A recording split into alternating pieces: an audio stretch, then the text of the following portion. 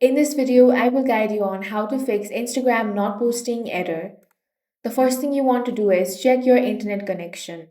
You want to switch from Wi-Fi to mobile data. If you're using mobile data, switch to Wi-Fi and check. You also want to turn the airplane mode or flight mode on for 10 seconds, then toggle this option off and then check. Also, test your internet speed. If the upload speed is slow, then you might be facing this posting fail error. Next thing you want to do is update the Instagram app. For that, launch open Google Play Store or App Store. Now search Instagram. Here, if you find the update option, tap on that. Outdated apps cause most posting errors. After updating, try posting again.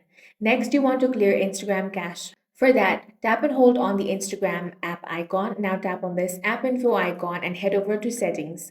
Now you want to tap on storage. Here, tap on clear cache.